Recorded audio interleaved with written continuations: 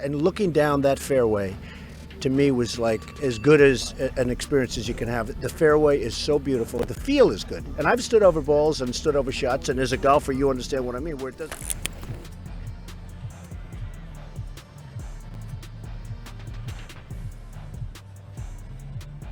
Tom Watson built his legend on one simple idea. In golf, you call your own penalties. Nobody watches over your shoulder. Nobody forces you to tell the truth. You just do it, because that is what the game demands. That is what separates golf from almost every other sport on earth. But what happens when someone refuses to follow those rules? What happens when the man with the most expensive courses in the game is also the man accused of moving his ball, faking his scores, and driving his cart straight across the greens? That is exactly where this story begins. Because 7 golfers and golf figures decided they had seen enough. They said no. Some said it loudly, some said it quietly, but every single one of them drew a line. If this kind of behind-the-scenes golf drama gets your blood pumping, hit the hype feature right now and give this video some hype while we get into it. Golf used to be a safe space, a place where billionaires and world leaders could shake hands without it making the front page, a place where the sport's clean white image stayed clean. For years, Donald Trump fit right into that world. He owned the courses, he hosted the tournaments, he played the game. But as his political life became louder and more divisive, the golf world started to shift. Some players quietly distanced themselves, some made public statements, and some walked away without saying a word at all. By early 2026, the sport is still dealing with the fallout. Major bodies have pulled big events from Trump properties. Some of the world's most famous courses now sit in a strange limbo, too political to host the biggest moments in the game. The fairway is fractured, and the 7 people on this list are a big reason why. Before we get into the list, it is worth understanding what actually changed. Golf used to be seen as neutral ground, a place where politics stayed outside the clubhouse. Trump's courses were some of the most prestigious venues in the sport. The Blue Monster at Doral was a staple of the PGA Tour's Florida swing. Turnberry in Scotland was one of the most iconic links courses in the world. Bedminster was the kind of venue that hosted major championships. These were not fringe locations, they were the heart of the game. But as Trump's political era created division that spilled into every corner of public life, the golf world could not stay neutral forever. Players, analysts, and governing bodies all had to decide where they stood. And these are the 7 who decided they would not stand next to Donald Trump. Number 7. The Anonymous 3. We start with the ones who never spoke publicly. In 2017, a poll of PGA Tour professionals revealed a group of players who said they would absolutely not play with Donald Trump if they were invited. The language they used was not polite, they were clear, they were direct, and they wanted to stay anonymous. The reasons were not hard to understand. Think about what a round with Trump actually involved in that era. Around 30 Secret Service agents on the course, snipers in the trees, law enforcement surrounding the property, cameras everywhere. And then the aftermath, the social media storm, the questions about your politics, the accusations from fans on both sides. For a professional golfer focused on their career, that 4-hour round could cost them weeks of peace they never asked for. These players were not making a grand moral declaration. They were protecting their focus, their brand, and their sanity. But their private refusal mattered because it showed that discomfort with Trump ran deep inside the locker room, even when nobody was willing to attach their name to it. What gave these silent refusals even more power was what happened at the institutional level. The PGA of America and the R&A started removing major events from Trump venues. Suddenly, individual players did not have to take a public stand. The sport's governing bodies had already done it for them, and that collective institutional silence, backed by concrete action, became one of the most effective forms of resistance in this entire story. Number 6. Brandel Chamblee. Brandel Chamblee was the loudest voice in the room for a very long time. As the lead analyst for Golf Channel, he spent years using morally charged language to attack the LIV golf model and the Trump properties that hosted its events. He compared the decision of LIV players to take Saudi money to the behavior of people who enabled the Holocaust. That is not gentle criticism. That is a declaration of war. For a long time, Chamblee seemed completely unshakable. He framed the PGA Tour versus LIV split as a moral fight, not just a business dispute. He refused to view it as a simple transaction. He called out players who joined LIV by name. He built his entire public reputation as the conscience of the professional game. Then he played a round of golf with Donald Trump in late 2024. After that single round,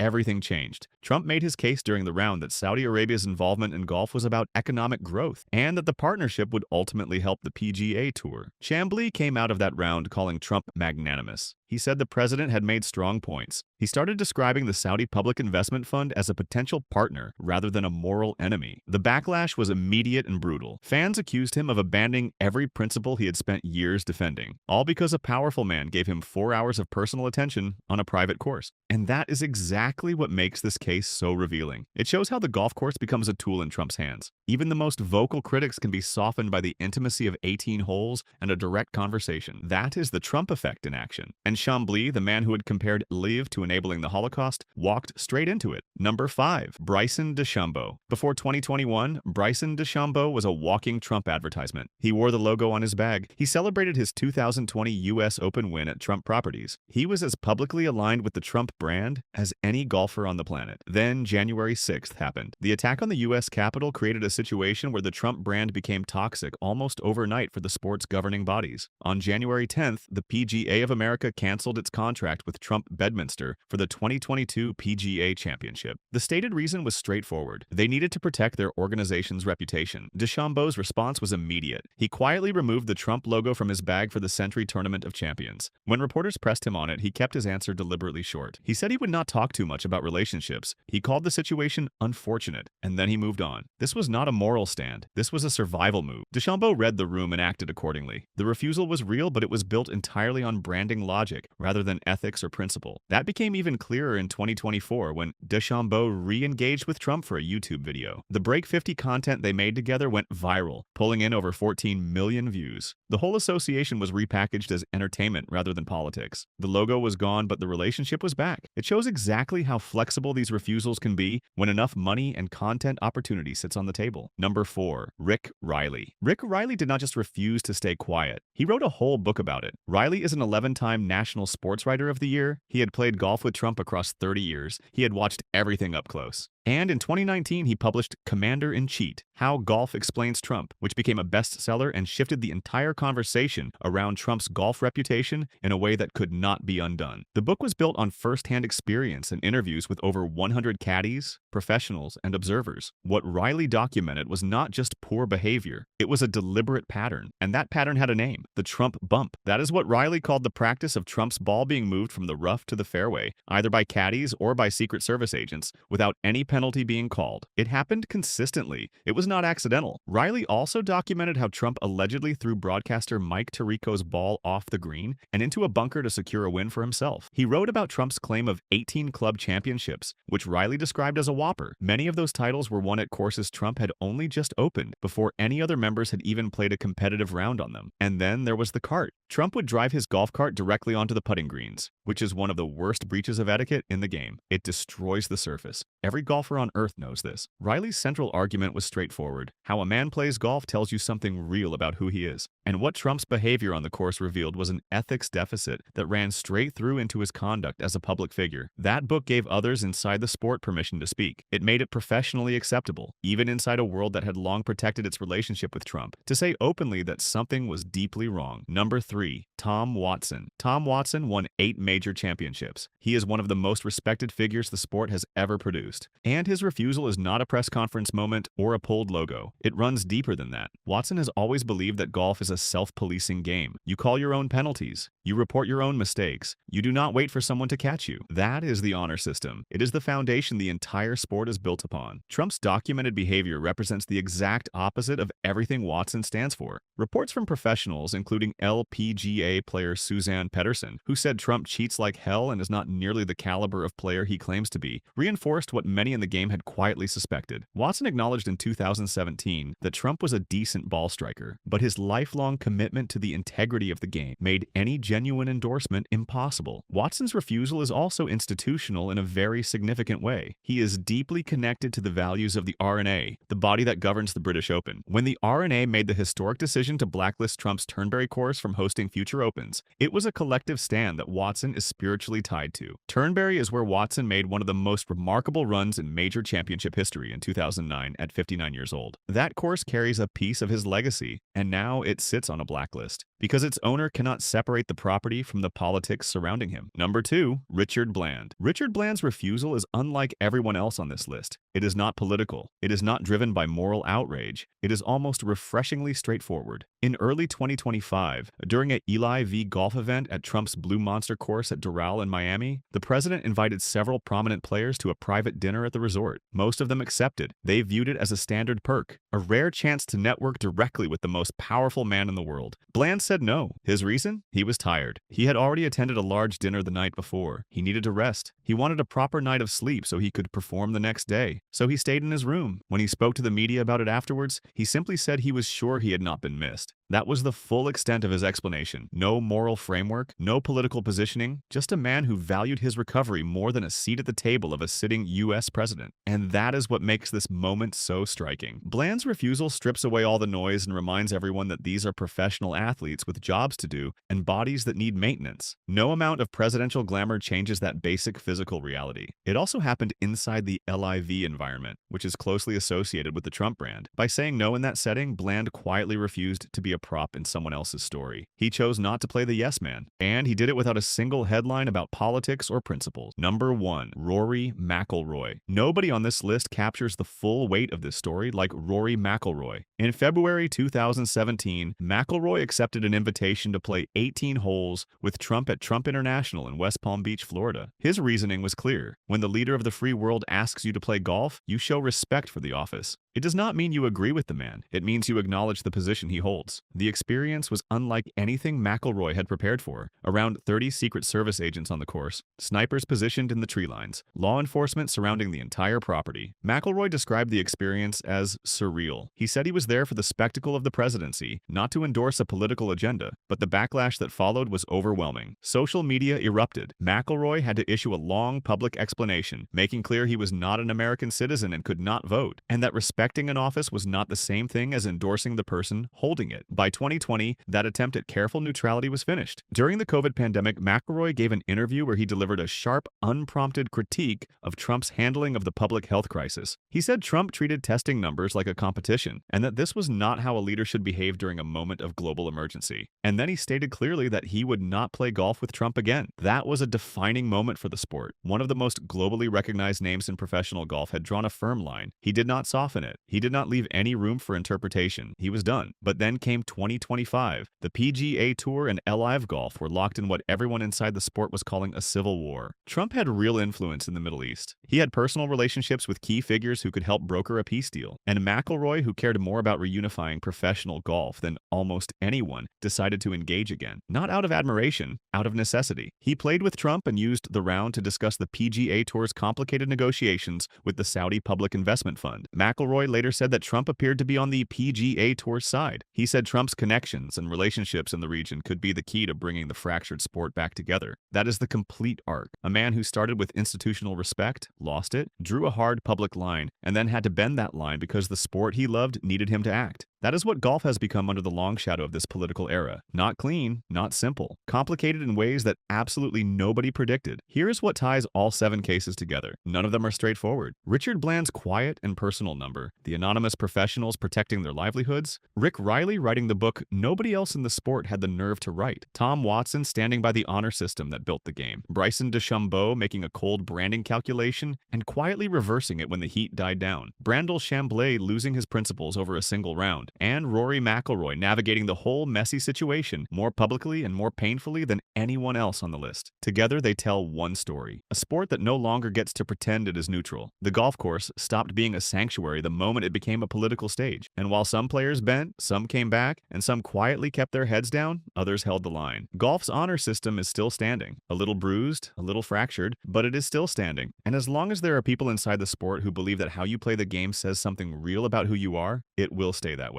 If this video gave you something to think about, smash that like button, hit subscribe for more deep dive sports content, and drop a comment below telling us which of these 7 surprised you the most.